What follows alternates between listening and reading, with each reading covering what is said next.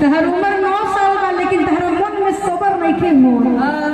4 बजे तुम निकल चलो। हेलो प्रियंका, आदिति और मेरा रघु, ये तीनों कलाकार गा रहे हैं।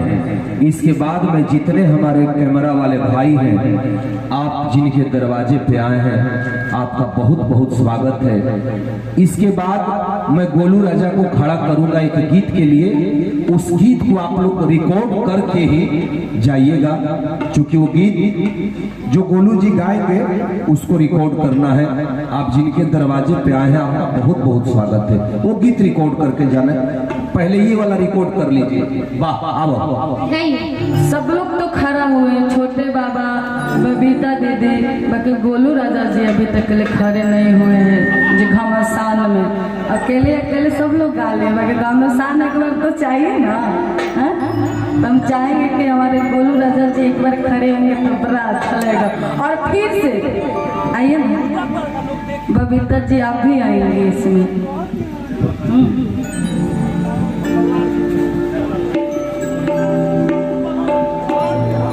सैड सॉन्ग नहीं गाएंगे, एक गाना जो हम गाते हैं उसी को गाएंगे, उसके बाद सैड सॉन्ग गाएंगे।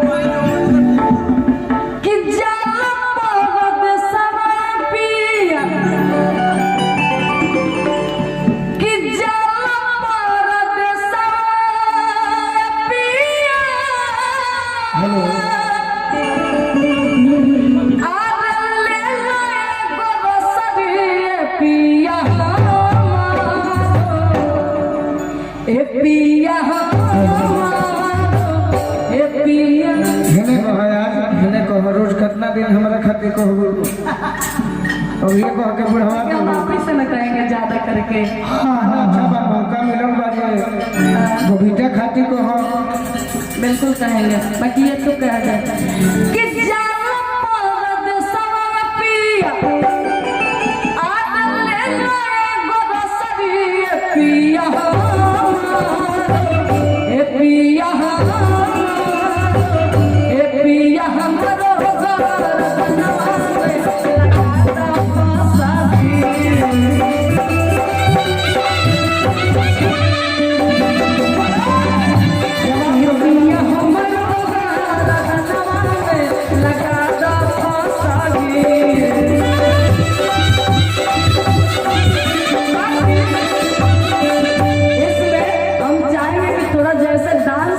बिल्कुल वैसे हो तो मजा है। आप उधर जाइए ना, आप और बबीता जी आएंगे और इधर से हम और प्रियंका जी, बीच में रघु आएंगे, बीच में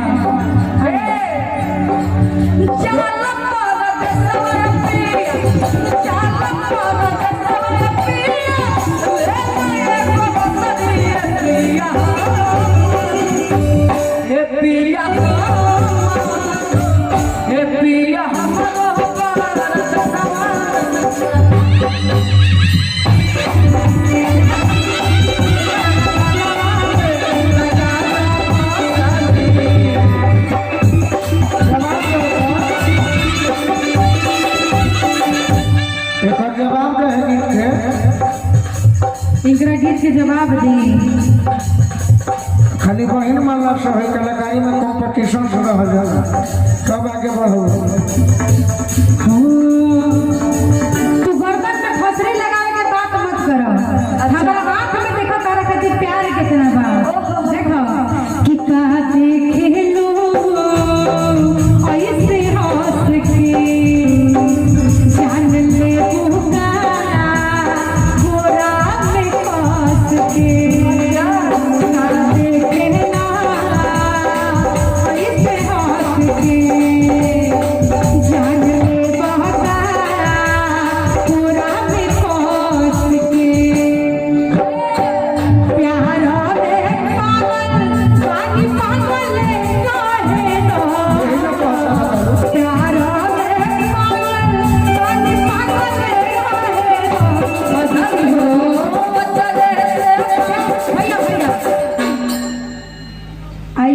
क्या होता हो कि प्यार में पागल पागल रहे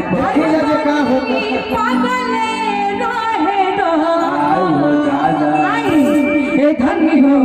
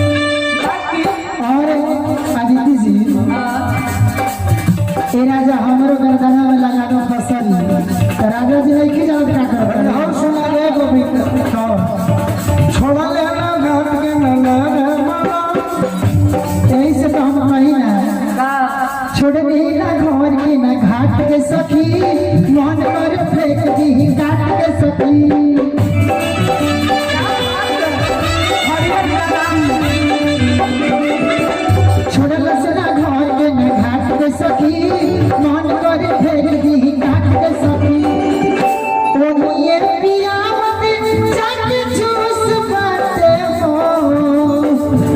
ओ ये पिया मत जाके चूस बाटे हो ना जाने कौन करलस मोतिया कि मोतिया कलमतिया जाके चूस बाटे हो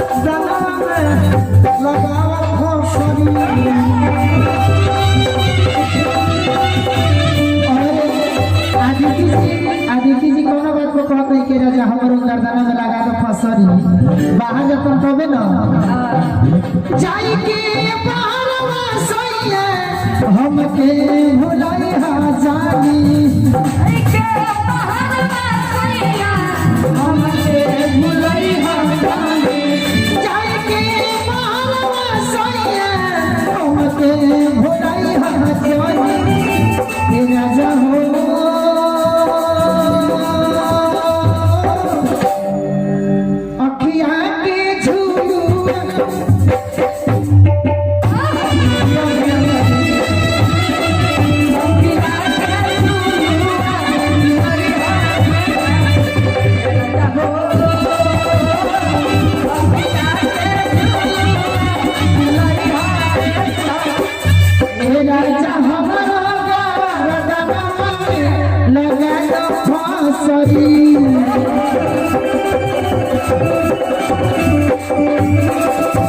औरत कहत बड़ी बड़ी सुंदर भाव में अपन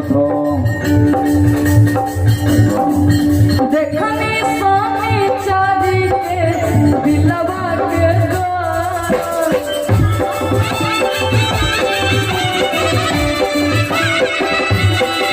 डोली से निकल हमारा एक दिन ना पीता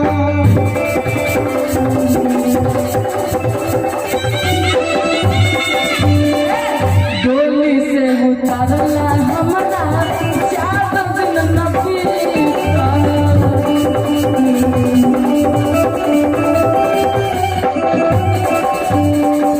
मैं हाथ महावरा हमरा हाथ के न छूटा